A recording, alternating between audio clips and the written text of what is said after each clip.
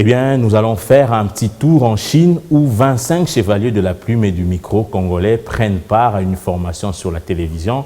Ils ont visité jeudi les installations de la chaîne provinciale Yunnan TV.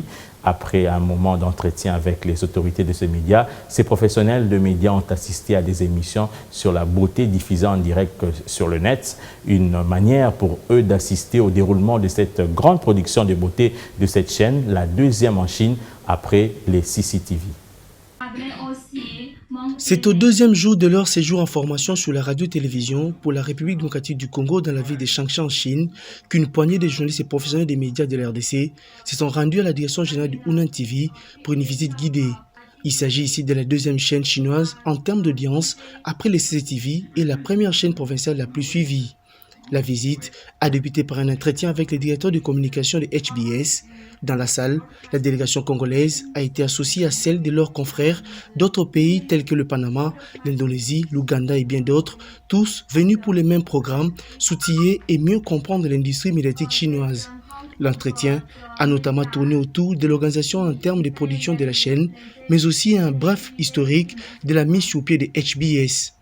À la question de savoir si Yunnan TV coopère avec les pays africains dans la production audiovisuelle, le directeur de production a rassuré à l'assistance que c'est une projection qui a été déjà faite. La presse chinoise, en général, travaille avant tout sur les bases internes.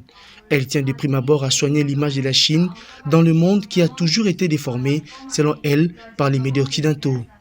S'en est ensuite suivi la visite des installations de production, le studio TV et la régie. Les visiteurs ont assisté à la production en direct des émissions audiovisuelles.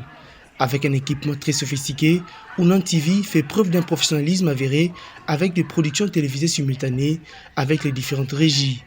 Un travail salué par tous les journalistes et professionnels des médias en visite. Ambiance bonne enfance, quelques jeunes femmes ont été reçues en direct pour expliquer les motifs de leur visite. À retenir que la station des radios et télévisions de la province de Yunnan compte à présent 10 chaînes de télévision, 8 fréquences de diffusion et un site web vidéo dénommé Mango TV. Le mariage entre HBS et Mango TV a occasionné une explosion considérable de ces groupes de médias en Chine en termes de la production audiovisuelle. Avec son logo en forme de poisson et de riz, symbolisation Yunnan Broadcasting System a été créé depuis 2006. C'est en 2015 que Mango TV fait son entrée dans ces groupes médias pour les productions audiovisuelles en ligne. Les buts poursuivis par cette réforme étaient d'adapter à tout prix leurs services aux besoins du public cible.